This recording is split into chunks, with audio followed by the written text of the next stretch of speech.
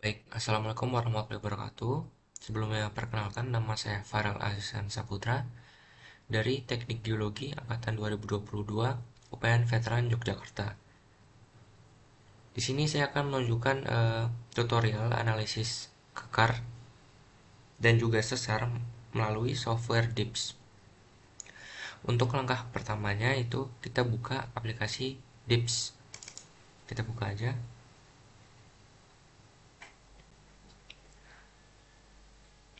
Lalu jika udah terbuka, kita klik new di sini di kiri atas di bawah file kita klik, lalu kita perbesar. Di sini akan muncul tabel deep dan juga deep direction. Nah, sebelum kita masukkan data dari sesarnya, kita ubah terlebih dahulu deep dan deep direction ini menjadi strike rate deep. Caranya kita klik project settings di sini. Lalu untuk global orientation formatnya kita ubah ke strike rate or deep. Kalau udah seperti ini kita oke aja. Lalu tampilan tabelnya akan menunjukkan strike rate or dip. Di sini langsung aja kita masukkan data dari bidang sesarnya itu 112 dan juga 64. Di sini kita isi 112 dan di sini 64. Baik, setelah kita masukkan data dari bidang sesar yaitu 112 dan juga 64, kita ke sini ke contour preset. Dan untuk contour presetnya kita klik aja. Lalu akan muncul hasil dari kontur bidang sesar. Nah, setelah muncul kontur seperti ini, kita buat aja uh, ini. Lalu kita arahkan kursor kita, ini tanda plus ini di tengah-tengah kontur ini. Nah, seperti ini. Lalu diklik saja. Lalu kita isi labelnya itu bidang sesar.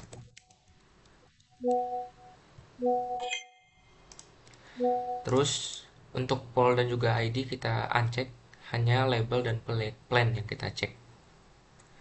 Lalu ini kita bisa memastikan bahwa datanya benar. Ini strike dipnya 112 dan juga 64. Dimana bidang sesarnya yang ada di data itu juga 112 dan juga 64. Setelah itu kita klik OK.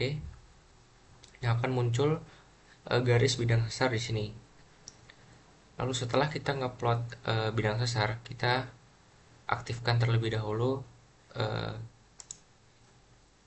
maaf kita ke bagian view, lalu ke StereoNet overlay. Ini kita centang dan juga pilih custom. Dan untuk trenchnya ini kita ubah ke data bidang sesar tadi, yaitu 112. Dan untuk plunge-nya kita ubah ke 0 untuk memusatkan di bidang sesarnya. Ini kita klik OK aja. Lalu akan muncul StereoNet seperti ini. Nah, setelah itu kita plot data rake. Nah, di sini kan rake-nya 50. Kita plot di deep sini. Caranya kita gunakan draw polyline yang ada di kanan atas seperti ini. Kita klik. Lalu kita hitung rake-nya.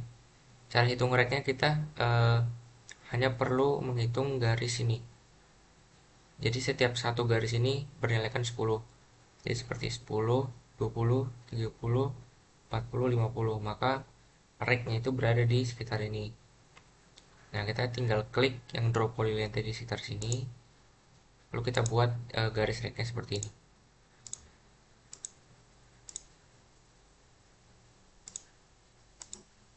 Lalu kita enter. Nah, untuk rake-nya udah jadi seperti ini. Nah, setelah kita menemukan rake-nya, sekarang kita ngeplot net slip. Dan untuk net slip itu merupakan garis dari pusat menuju perpotongan antara rake dan juga bidang sesar. Jadi kita hanya perlu draw line segment di sini, terus kita arahkan di tengah-tengah seperti ini, lalu disambung hingga ujung sini, namun melewati titik temu antara rake dan juga bidang sesar seperti ini. Ini kita bisa namai sebagai NS atau netlib. Nah, selanjutnya itu untuk ngeplot pergerakan dari bidang sesarnya. Di sini kita ketahui bahwa pergerakan dari sesarnya itu kanan. Oleh karena itu, kan di bagian yang cembung ini merupakan hanging wall, dan juga bagian yang cekung ini merupakan foot wall. Yang kita namai aja di sini FW dan juga di sini HW. Karena tadi pergerakan sesarnya itu kanan, maka HW-nya kita buat seperti ini. Dan untuk FV-nya seperti ini.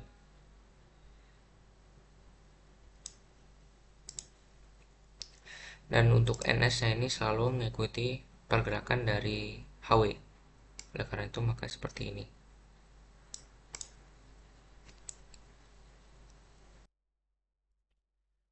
Baik, selanjutnya untuk mengetahui nama dari sesarnya itu kita perlu menggunakan klasifikasi Ricard tahun 1942. Nah, bagaimana caranya? Pertama kita ubah dulu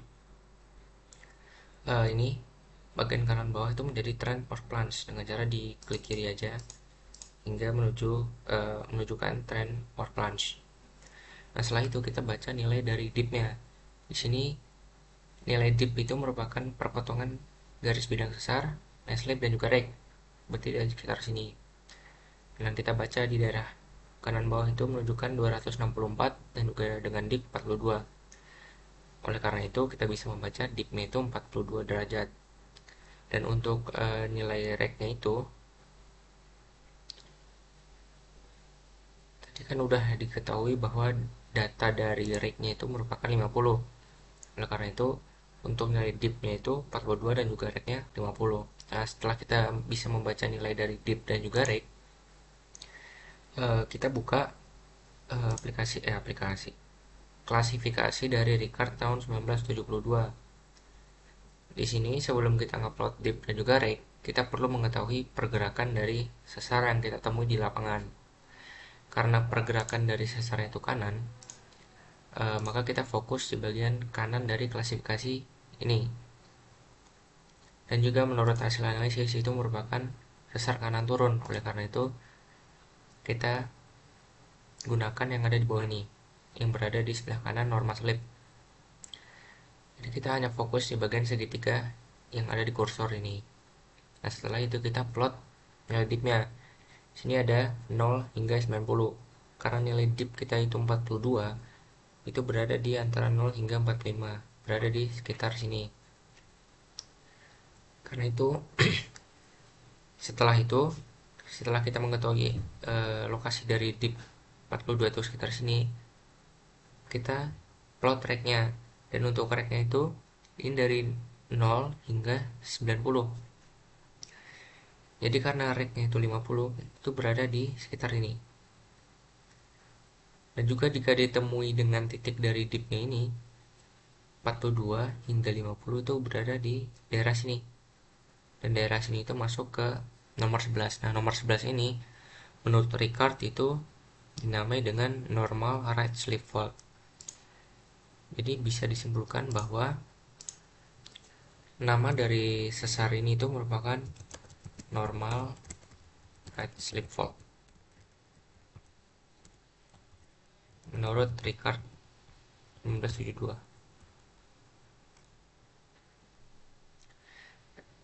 Jadi untuk nama sesar menurut hasil analisis DIPS dan juga menggunakan klasifikasi Ricard tahun 1972 itu dapat simpulkan namanya normal right slip fault. Baik, sebelumnya saya sudah memberikan tutorial cara menganalisis sesar menggunakan software DIPS. Selanjutnya saya akan memberikan tutorial mengenai analisis kekar menggunakan software DIPS. Pertama, buka terlebih dahulu software DIPS-nya, lalu kita klik new. di sini kiri atas.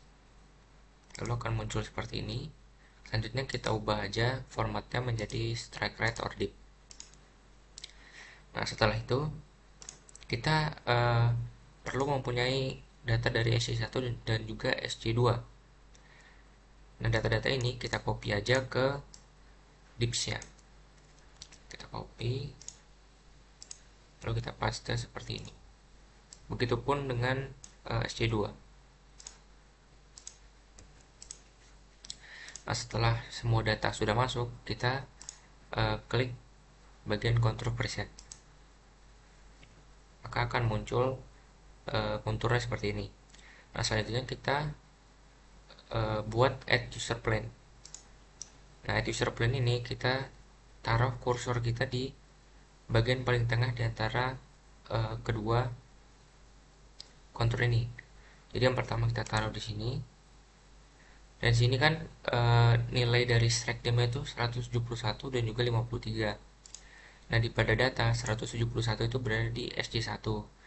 Oleh karena itu kita nama ini sebagai SJ1.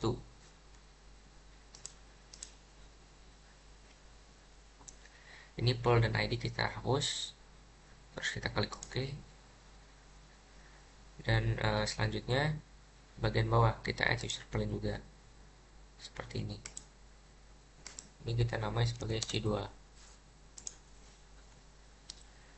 Nah, setelah itu kita hilangkan terlebih dahulu kontur ini agar garisnya terlihat dengan jelas. Setelah itu kita cari nilai dari bidang bantu.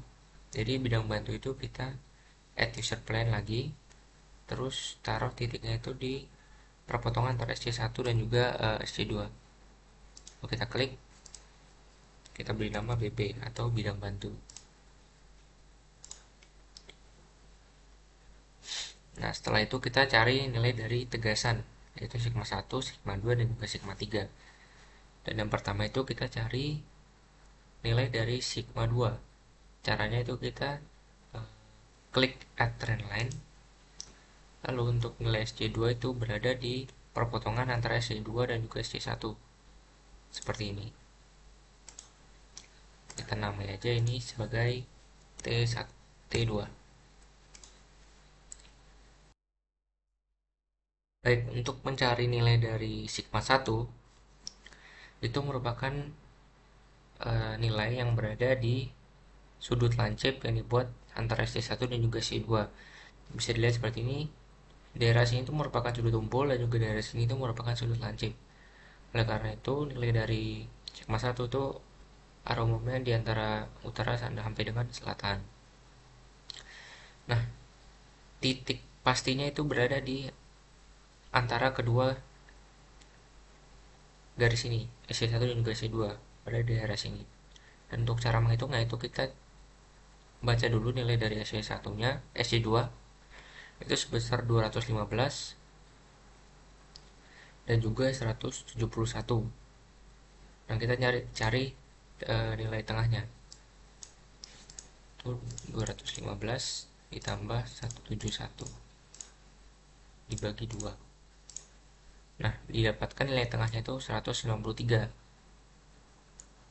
Nah, kita hanya perlu membuat add trend line, lalu letakkan di strike 193.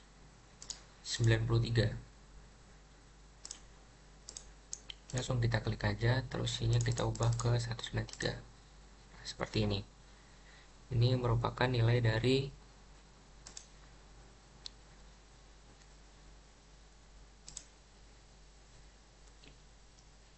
T1. Nah, untuk nilai dari T3 sendiri itu 90 derajat dari sigma 1. Oleh karena itu, karena di sini T1-nya itu berada di 193, itu kita tambah aja menjadi 90, ditambah 90. Nah, didapatkan bahwa nilai dari sigma 3-nya itu berada di sekitar sini, 103.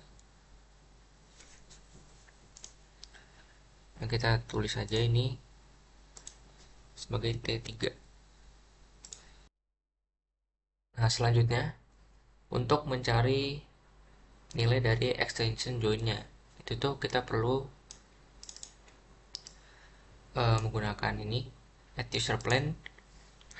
Lalu kita cari titik perpotongan antara sigma 1 dan juga bidang bantu. Itu kan berada di daerah sini.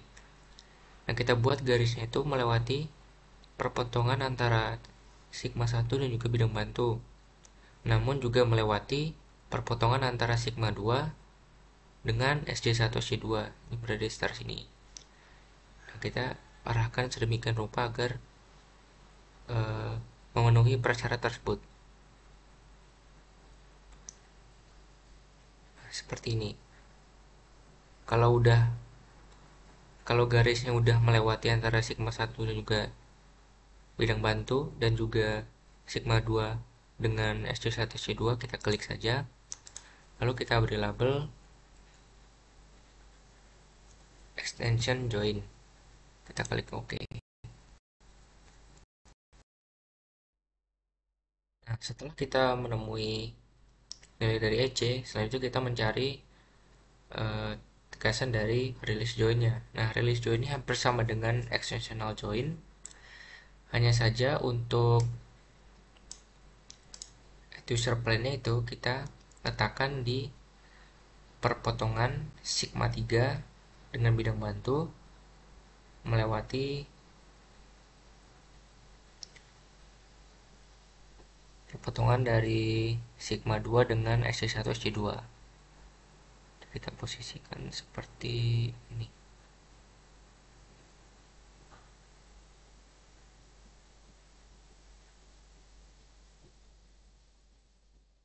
Kalau udah, kita klik aja, terus kita beri label release join.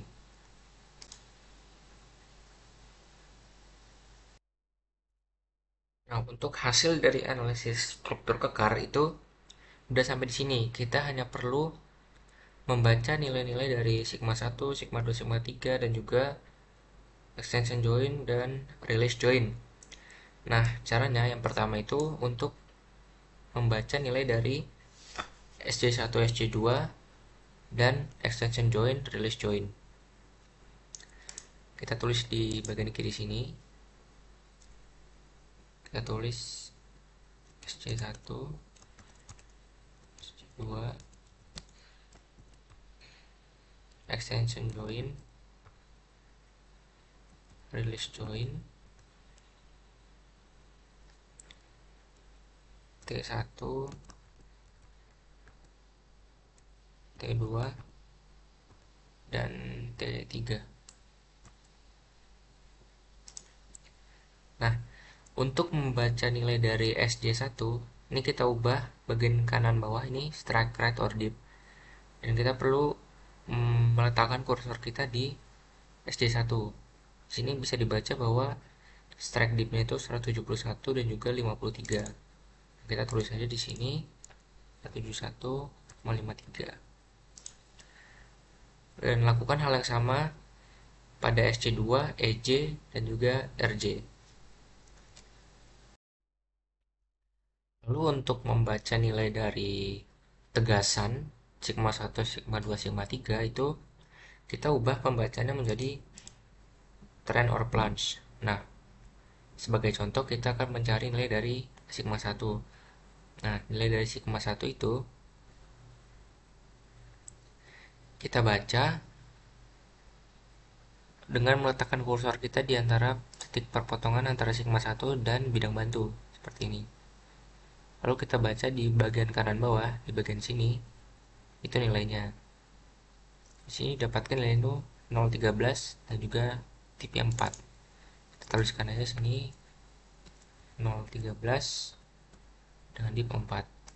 Dan begitu seterusnya hingga sigma 3.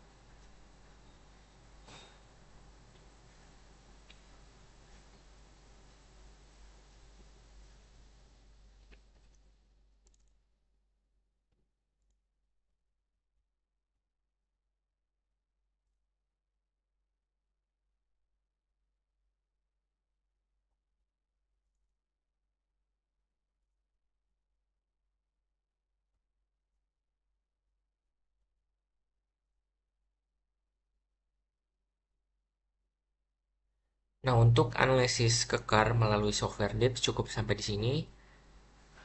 Kurang lebihnya mohon maaf. Cukup sekian. Wassalamualaikum warahmatullahi wabarakatuh.